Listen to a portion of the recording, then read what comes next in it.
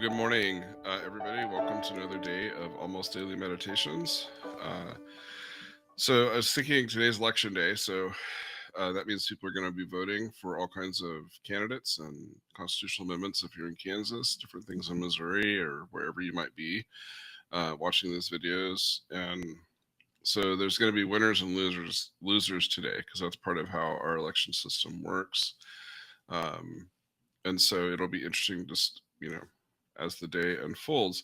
I got thinking a little bit about competition and what the spiritual part of competition, or you know what it means for any of us in terms of when we're in situations where it might seem like it's win or lose.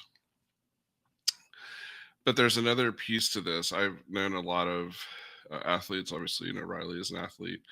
I have brothers who were athletes. I tried to be an athlete; that wasn't my thing. Um, but I was a musician and other things. And there's this part of life where um, if you're into any of that kind of stuff, it's a lot about personal improvement or overcoming things or beginning to um, practice to improve or different things like that. I remember when I was a kid, I played soccer. And I was on a team, and we were really good in our minds. So we won every game. Um, and uh, we, sometimes would just really just beat these other teams like crazy. And then our coach, in between seasons, he tried to keep our team together. And he said, well, we're going to move up to a different league. And so next year's going to be different. And we were all just convinced we were going to walk into this new league and win everything. And what had happened was we had just been in a league where everybody was starting, and we just happened to have a few more experienced players, so we kind of knew what we were doing. And so it made it kind of easier for us because we had some kids who could always score a goal. And so we were winning. And then we went into this new league where we were more evenly matched. And in our first season, we lost pretty much every single game. And this is a team that had gone undefeated for a couple of years. And the coach challenged us. He never shamed us. He never pushed us. He just said, you've got to each individually improve as players and figure out your position and figure out how to play better.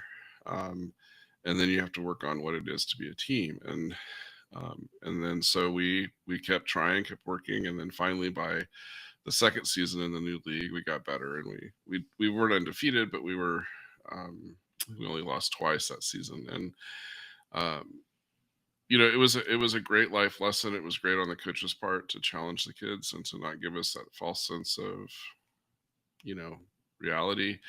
But it was a lot about what we did as an individual that then contributed to the larger whole. Marian Wright Edelman writes, "You're not obligated to win. You're obligated to keep trying to do the best you can every day.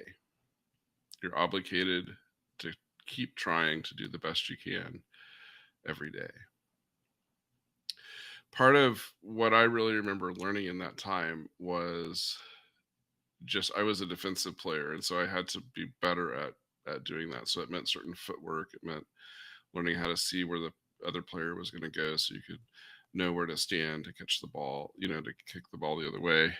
There was other things, how to trap, just getting better and more comfortable. And I actually think about that a lot in life, because sometimes it feels like we're all in competition with each other, and it's always about who's going to win. Um, and it's never about our community or about self improvement or about those different things. So, in terms of the spiritual life, what I think this often calls us to, I can think of Paul's most famous, you know, writing, one of his more famous writings, run the race that's set before you. Um, to think about what we do in life as our call.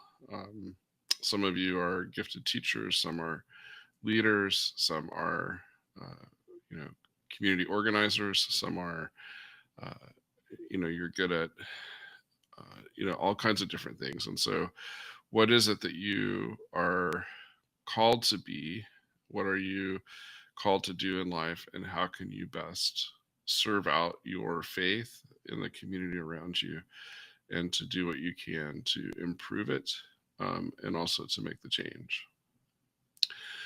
So, just some things to think about competition, about elections, about who's going to win, who's not going to win.